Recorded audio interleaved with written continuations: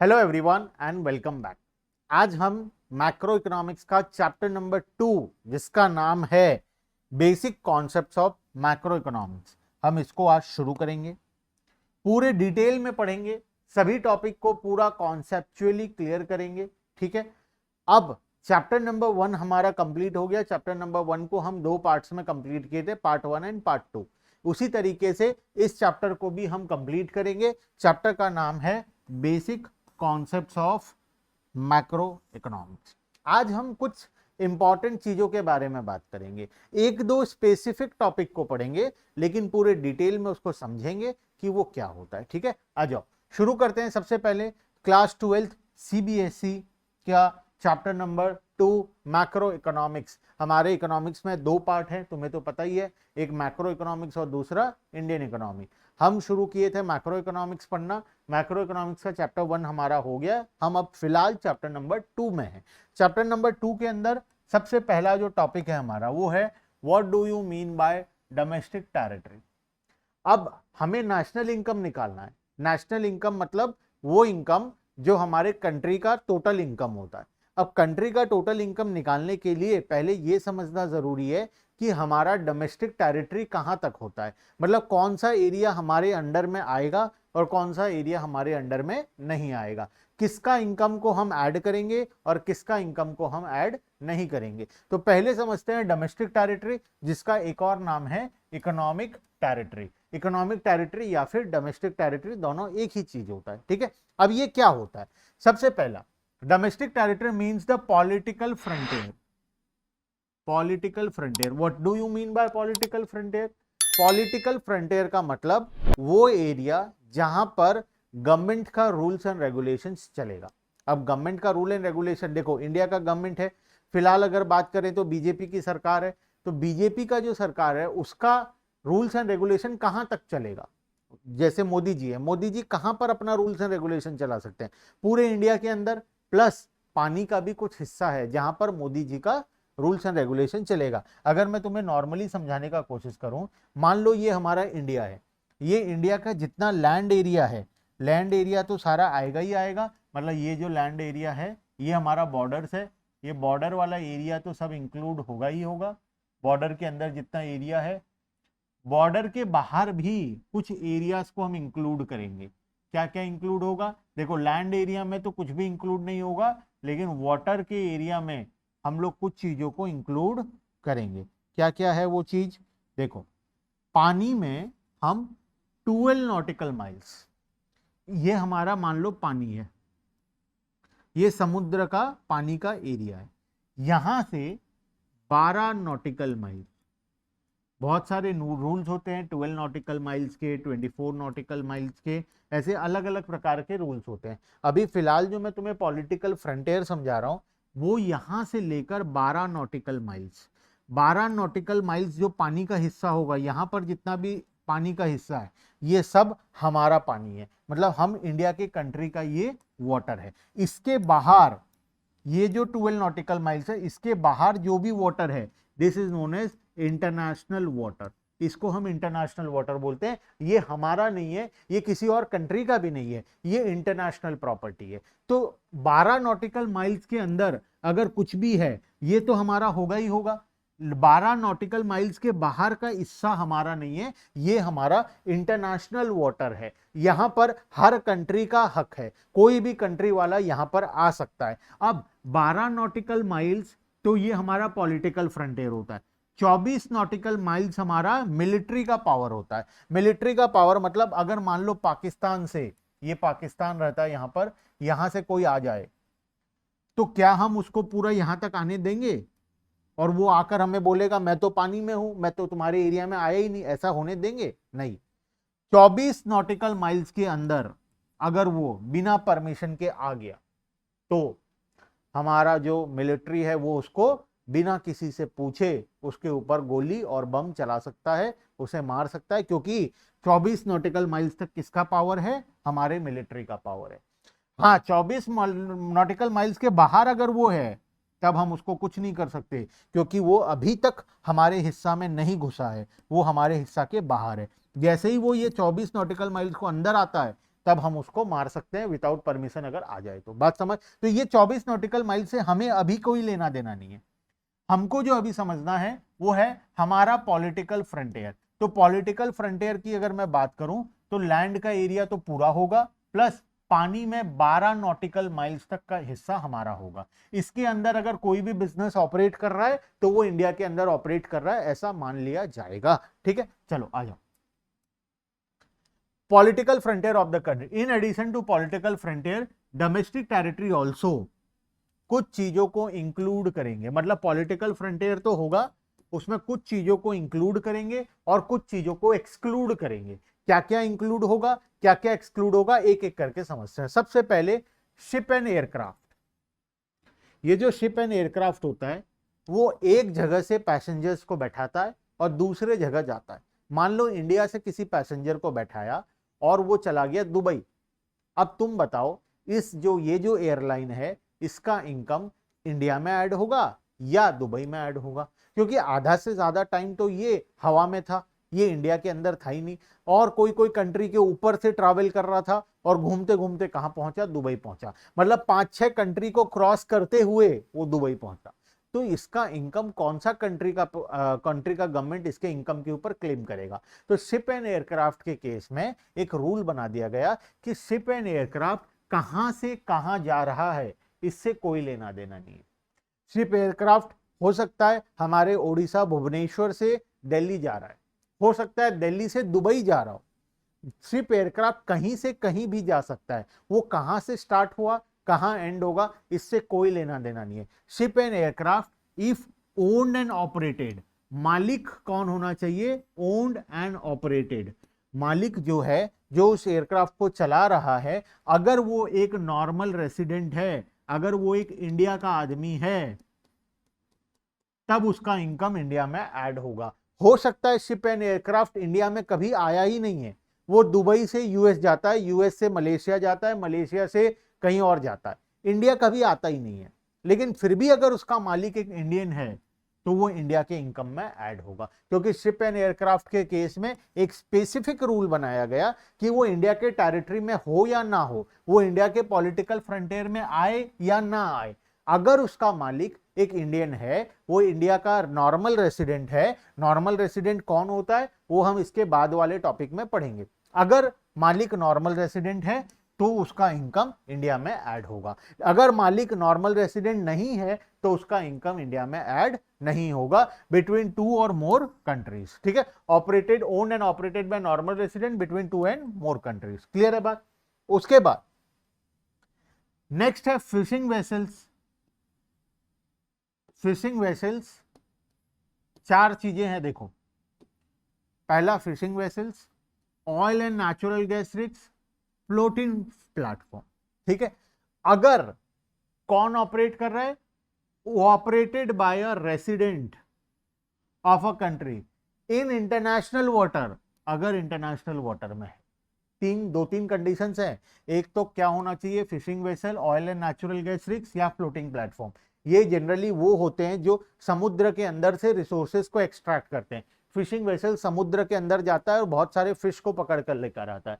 Oil and natural gas समुद्र के deep sea के अंदर में होता है और वहां से नेचुरल गैस और ऑयल्स का एक्सट्रैक्शन करता है। और फ्लोटिंग प्लेटफॉर्म भी कुछ इस तरीके के प्लेटफॉर्म्स होते हैं पानी के अंदर, समुद्र के अंदर, जहां से वो लोग समुद्र के अंदर से बहुत सारे मिनरल्स एंड जरूरी रिसोर्सेज को निकालते हैं। तो ये जो होते हैं ये जनरली 12 नॉटिकल माइल्स के बाहर सिचुएटेड होते हैं, ये डीप सी में सिचुएटेड होते हैं। मतलब अगर मान लो फ्लोटिंग प्लेटफॉर्म है तो वो जनरली कहां सिचुएटेड होगा? इतना दूर में। ये हमारा 12 नॉटिकल माइल्स है। तो बहुत सारे oil gas rigs, natural and oil gas rigs या फ्लोटिंग प्लेटफॉर्म्स जो होते हैं वो इंटरनेशनल वाटर में होते हैं और बहुत सारे इंडिया के वाटर के अंदर भी होते हैं। तो जो इंडिया के वाटर के अंदर है उसके लिए तो कुछ डाउट ही नहीं है, वो तो इंडिया के हिस्से में आएगा ही आएगा, क्योंकि वो इंडिया के वाटर के अंदर से एक्सट्रैक्शंस कर रहा है। लेकिन जो इंटरनेशनल वाटर में है, अब इसको कौन सा कंट्री क्लेम करेगा? ये तो किसी का नहीं है, ये तो इंटरनेशनल एरिया में है, ना ये इंडिया का है, ना ये पाकिस्तान का है, ना चाइना का है, ना किसी का भी कंट्री का नहीं है। तो उस केस में हम क्या चेक करेंगे? कोई भी चीज अगर इंटरनेशनल एरिया में सिचुएटेड है तो उस केस में हम उसका ओनरशिप चेक करेंगे।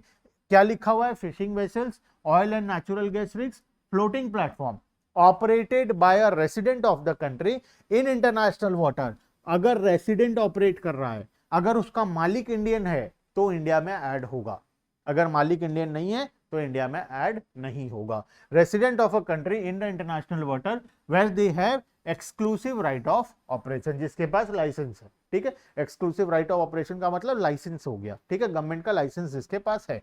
तो बेसिकली हमें यह समझना है कि अगर कोई चीज इंटरनेशनल एरिया में सिचुएटेड है तब हम कैसे प्रूफ करें कि ये हमारा है, तो ओनरशिप देखेंगे, उसका मालिक कौन है। अगर मालिक इंडियन है तो फिर वो हमारा। अगर कोई चीज इंडिया के वाटर में सिचुएटेड है तो तब तो कुछ देखना ही नहीं है, क्योंकि उसका लोकेशन ही गवाह है कि वो इंडिया का है। उसका मालिक चाहे कहीं का भी हो, लेकिन वो उसका लोकेशन इंडिया के अंदर है तो वो हमारे इनकम में ऐड होगा। तो ये दो चीज हो गया। सबसे पहला, शिप एंड एयरक्राफ्ट के केस में क्या चेक करोगे, ओनरशिप चेक करोगे, ओनर कौन है। यहां पर fishing vessels, oil and natural gas rich, floating platform के केस में अगर इंटरनेशनल वाटर में सिचुएटेड है तो ओनरशिप चेक करेंगे। अगर इंडिया के वाटर में सिचुएटेड है तब कुछ भी चेक नहीं करना है, तब वो इंडिया का होगा ही होगा। लेकिन अगर इंटरनेशनल वाटर में है तो चेक करेंगे कि रेसिडेंट है या नहीं है। अगर रेसिडेंट है तो इंडिया में ऐड हो जाएगा, रेसिडेंट नहीं है तो इंडिया में ऐड नहीं होगा। आखिरी, embassies, consulates and military establishments. Embassies होता है, जैसे इंडिया का बहुत सारा एम्बेसीज दूसरे कंट्री में लोकेटेड है, दूसरे कंट्री का बहुत सारा एम्बेसी हमारे यहां पर लोकेटेड है। तो जो हमारा एम्बेसी किसी और कंट्री में लोकेटेड है, इंडियन एम्बेसी लोकेटेड इन, मान लो यहां पर आते हैं, हमारा कोई एम्बेसी है जो कहां पर लोकेटेड है, मान लो पाकिस्तान में लोकेटेड है।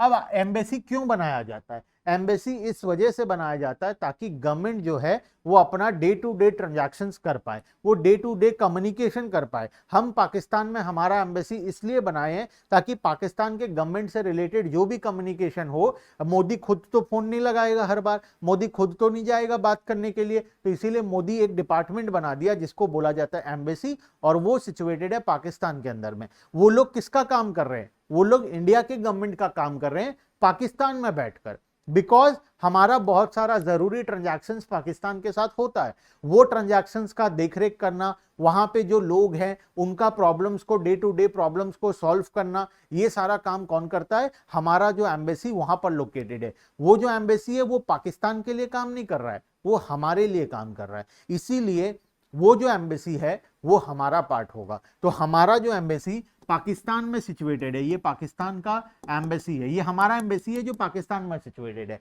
ये किसका पार्ट होगा, ये इंडिया का पार्ट माना जाएगा। बात समझ में आ गया। तो तीन चीजों को हम इंक्लूड करेंगे। सबसे पहला, ship and aircraft. Ship and aircraft क्या चेक करना है, मालिक कहां का है, रेसिडेंट है तो इंडिया का होगा, रेसिडेंट नहीं है तो इंडिया का नहीं होगा। Fishing vessels, oil and natural gas rigs, floating platform, अगर इंटरनेशनल वाटर में सिचुएटेड है तो ओनरशिप चेक करेंगे, अगर इंडिया के वाटर में सिचुएटेड है तो कुछ चेक नहीं करना है। तीसरा, embassies, consulates and military establishment, हमारा जितना भी एम्बेसी, कॉन्सुलेट्स और मिलिट्री एस्टैब्लिशमेंट किसी और कंट्री में लोकेटेड है वो सब हमारा हिस्सा होगा, हमारे में ऐड हो जाएगा। तो तीन चीजों को ऐड करेंगे, दो चीजों को एक्सक्लूड करेंगे।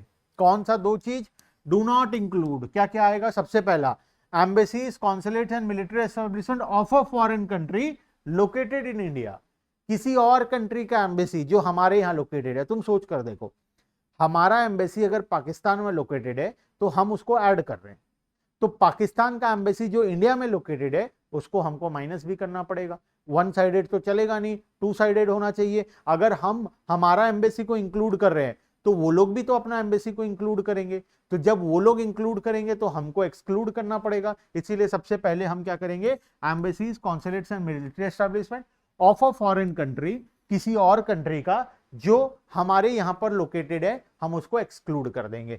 For example, Japanese embassy in India is a part of domestic territory of Japan and not India. अगर जापानीज का कोई एम्बेसी इंडिया में लोकेटेड है तो वो जापान का हिस्सा है, वो हमारा हिस्सा नहीं है। फर्स्ट।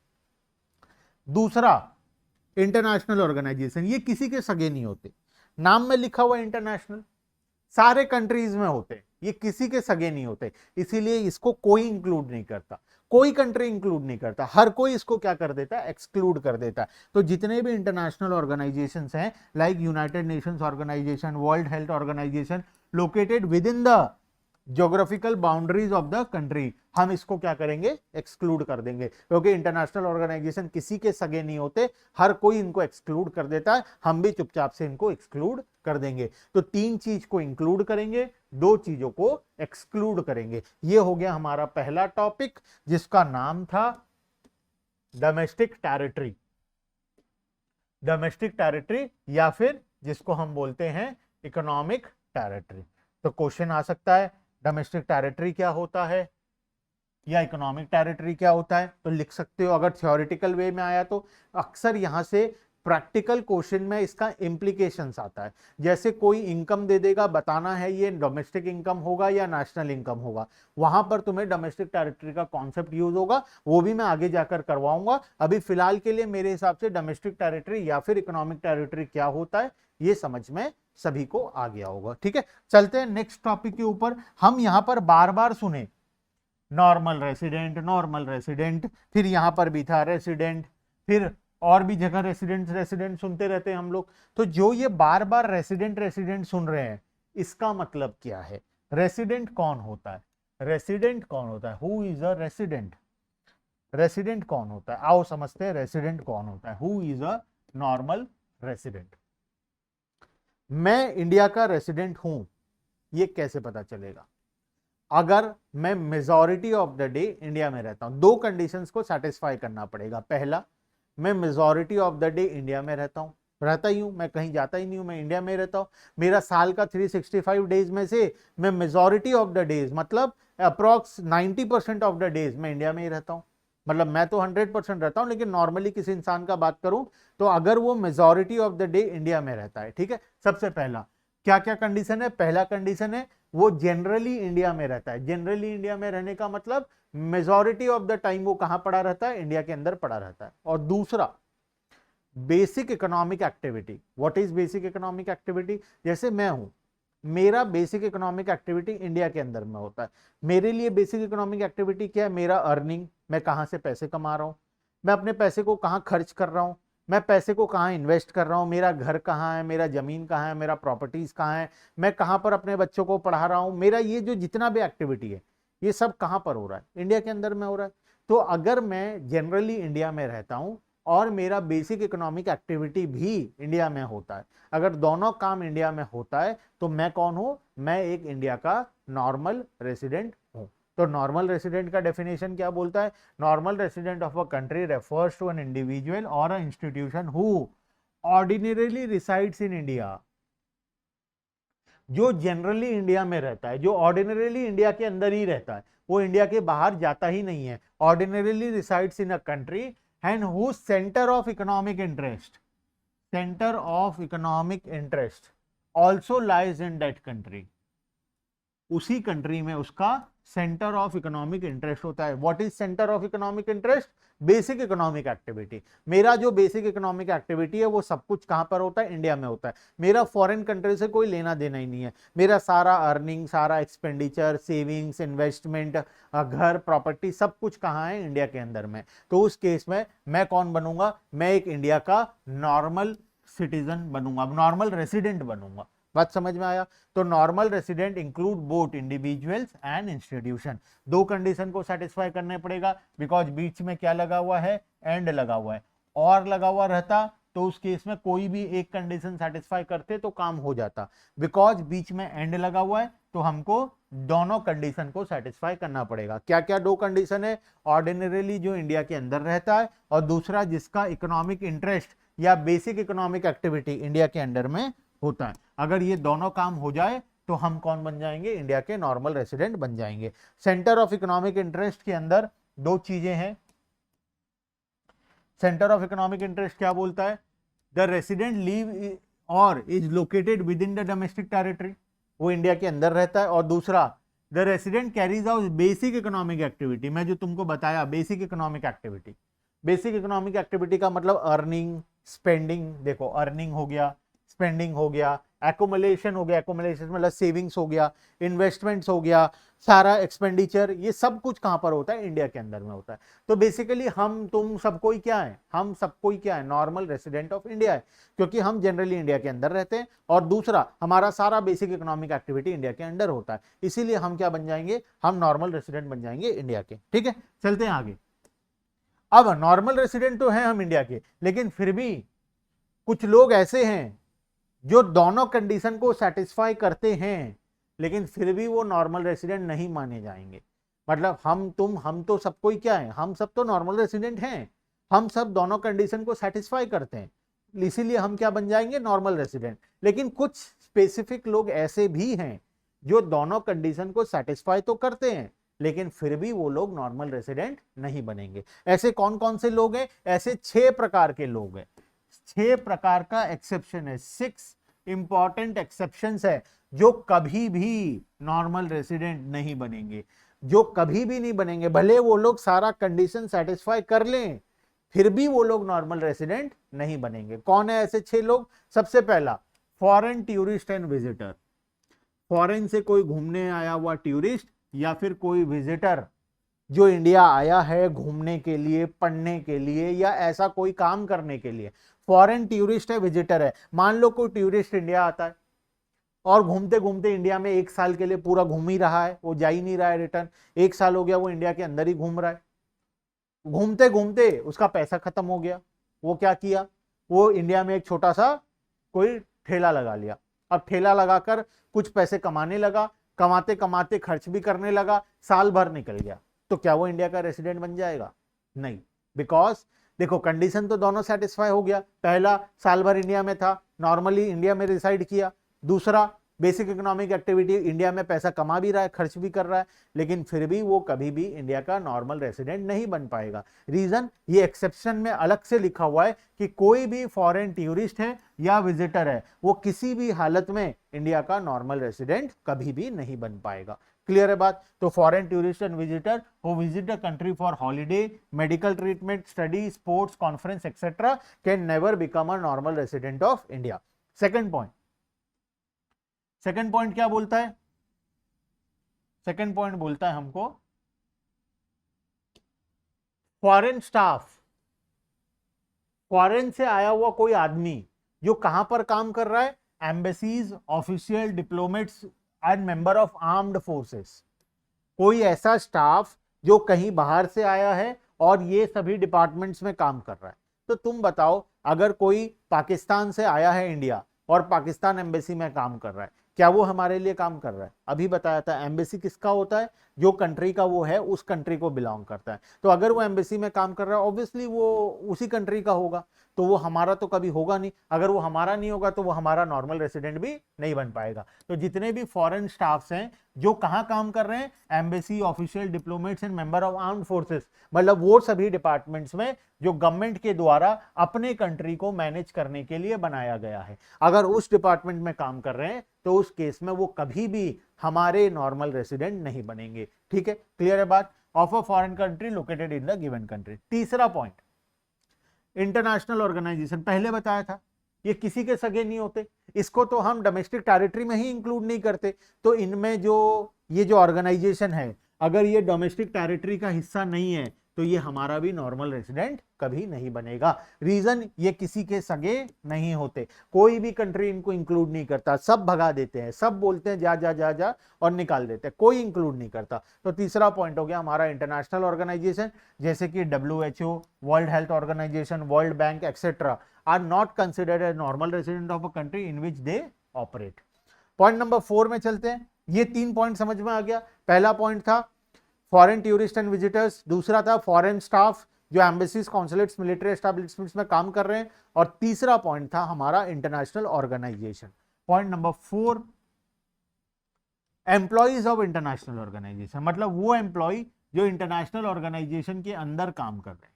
पहला पॉइंट नंबर 3 में था इंटरनेशनल ऑर्गेनाइजेशन खुद कभी हमारा नॉर्मल रेसिडेंट नहीं बन पाएगा, लेकिन उसके अंदर जो एम्प्लॉइज काम कर रहे हैं उसमें 1 ईयर का रूल काम करता है। देखो इतना कुछ लिखा हुआ है, ये हमारे काम का नहीं है। सिंपली समझते हैं, अगर कोई एम्प्लॉई इंटरनेशनल ऑर्गेनाइजेशन में काम कर रहा है अगर उसको काम करते हुए 1 साल नहीं हुआ है तो वो कौन से कंट्री का नॉर्मल रेसिडेंट होगा? जिस कंट्री को वो बिलोंग करता है। जैसे ही 1 साल क्रॉस हो जाएगा वो हमारे कंट्री का नॉर्मल रेसिडेंट बन जाएगा। मान लेते हैं एक ऑफिस है इंडिया में वर्ल्ड बैंक का। वर्ल्ड बैंक का जो ऑफिस है वहां पर पाकिस्तान से एक आदमी आया जो वर्ल्ड बैंक के ऑफिस में काम कर रहा है। अब ये जो आदमी है मिस्टर ए है इसका नाम। मिस्टर ए जो वर्ल्ड बैंक के ऑफिस में काम कर रहा है वो कहां पर काम कर रहा है? इंडिया के अंदर में काम कर रहा है। जब वो इंडिया के अंदर में काम कर रहा है तो वो दोनों कंडीशन को सेटिस्फाई किया। इंडिया में भी है, बेसिक इकोनॉमिक एक्टिविटी भी इंडिया में, वो नॉर्मल रेसिडेंट होना चाहिए। लेकिन यहां पर स्पेसिफिकली लिखा हुआ है अगर उसको काम करते 1 साल नहीं हुआ है तो वो पाकिस्तान का ही माना जाएगा। लेकिन जैसे ही उसको 1 साल क्रॉस हो जाएगा हम उसको इंडिया का मान लेंगे। बात समझ में आया? तो इंटरनेशनल ऑर्गेनाइजेशन के केस में, एम्प्लॉइज ऑफ इंटरनेशनल ऑर्गेनाइजेशन के केस में अगर लेस देन 1 ईयर है तब तो वो जिस कंट्री को बिलोंग करता है वो उसी कंट्री का होगा। लेकिन 1 ईयर पास होते ही वो हमारे कंट्री का नॉर्मल रेसिडेंट बन जाएगा। ये हो गया हमारा पॉइंट नंबर 4। पॉइंट नंबर 5 में चलते हैं। Crew members. Who are crew members? जो किसी पायलट, जो किसी एरोप्लेन को या शिप को चलाते हैं उनको क्रू मेंबर्स बोलते हैं। उसके अंदर जितने भी सपोर्ट स्टाफ्स रहते हैं ये सब मिलकर क्रू मेंबर। सोच कर देखो एक हवाई जहाज है या एक शिप है जो इंडिया से निकला और यूएस जा रहा है, उसको पहुंचने में ही लग जाएगा 6-8 महीने। तो जो शिप में जो कैप्टन है और जो उसके साथ जो सपोर्ट स्टाफ हैं वो लोग मेजॉरिटी ऑफ द टाइम तो इंटरनेशनल वाटर में थे, तब वो इंडिया के माने जाएंगे या यूएस के माने जाएंगे? तो क्रू मेंबर्स के केस में स्पेसिफिक रूल है, crew members of the foreign vessel, commercial travels and seasonal worker provided they stay is less than 1 year. अगर उनका 1 साल से कम है तो वो जिस कंट्री को बिलोंग करते हैं उसी कंट्री के होंगे। 1 साल क्रॉस हो जाएगा तो वो इंडिया के माने जाएंगे। क्लियर है बात? यहां पर भी 1 ईयर वाला रूल है। नेक्स्ट है और आखिरी पॉइंट आज के लिए हमारा border workers. Who are border workers? Border worker वो आदमी होते हैं, वो इंसान होते हैं जिनका घर इंडिया में होता है और वो काम करने किसी और कंट्री जाते हैं, या फिर जिनका घर किसी और कंट्री में होता है और वो काम करने इंडिया के अंदर आते हैं डेली बेसिस पर। मतलब यहां पर आते हैं, यहां पर इंडिया का डायग्राम था। मान लो कोई एक आदमी है जिसका घर यहां पर सिचुएटेड है, नेपाल बॉर्डर के जस्ट बगल में, ठीक है, और उसका जो दुकान है वो कहां पर है? नेपाल में। वो डेली बाइक लेकर जाता है, काम करता है, शाम को रिटर्न आता है, जाता है, काम करता है, रिटर्न जाता है, रिटर्न जाता है, रिटर्न, वो डेली आना जाना करता है। इसको बोलेंगे बॉर्डर वर्कर, बिकॉज ये हर रोज बॉर्डर क्रॉस करके ऑपोजिट साइड जाता है और काम करता है। इसमें 2 कंडीशन हो सकता है, घर इधर है, दुकान इधर है, दुकान इधर है, घर उधर है, दोनों कंडीशन हो सकता है। तो बॉर्डर वर्कर के केस में रूल क्या है? बॉर्डर वर्कर कौन सा कंट्री का माना जाएगा? इंडिया का माना जाएगा या नेपाल का माना जाएगा? तो हम यहां पर रूल बना दिए कि बॉर्डर वर्कर के केस में उसका घर जहां पर है, मतलब वो जहां पर रहता है, वो उस कंट्री का नॉर्मल रेसिडेंट माना जाएगा। अगर कोई आदमी है जो नेपाल में रहता है और इंडिया डेली काम करने आता है, तो उसको कहां का माना जाएगा? उसको नेपाल का माना, बिकॉज का घर कहां है? नेपाल में। लेकिन अगर कोई वर्कर है जिसका घर इंडिया में और वो डेली बॉर्डर क्रॉस करके काम करता है नेपाल में और शाम को रिटर्न आ जाता है, तो उसको हम इंडिया का मान लेंगे बिकॉज उसका घर इंडिया के अंदर में। तो border worker who live near the international border and cross the border on a regular basis to work on the other country, they are treated as normal resident. कहां के normal resident? Of the country where they live, जहां पर उनका घर है वहां के वो लोग नॉर्मल रेसिडेंट माने जाएंगे। तो ये 6 पॉइंट हो गया हमारा नॉर्मल रेसिडेंट का। क्या क्या 6 पॉइंट है एक बार फटाफट से बता दो। सबसे पहला फॉरेन टूरिस्ट एंड विजिटर्स, दूसरा फॉरेन स्टाफ, तीसरा इंटरनेशनल ऑर्गेनाइजेशन, चौथा एम्प्लॉइज ऑफ इंटरनेशनल ऑर्गेनाइजेशन, पांचवा क्रू मेंबर्स और छठवा हो गया हमारा बॉर्डर वर्कर्स। क्लियर है बात? हम लोग पहला टॉपिक पढ़े डोमेस्टिक टेरिटरी क्या होता है और दूसरा पढ़े नॉर्मल रेसिडेंट कौन होता है। आज के लिए सफिशिएंट है, बाकी का टॉपिक हम लोग नेक्स्ट क्लास में आगे कंटिन्यू करेंगे। ठीक है, bye bye everyone and thank you.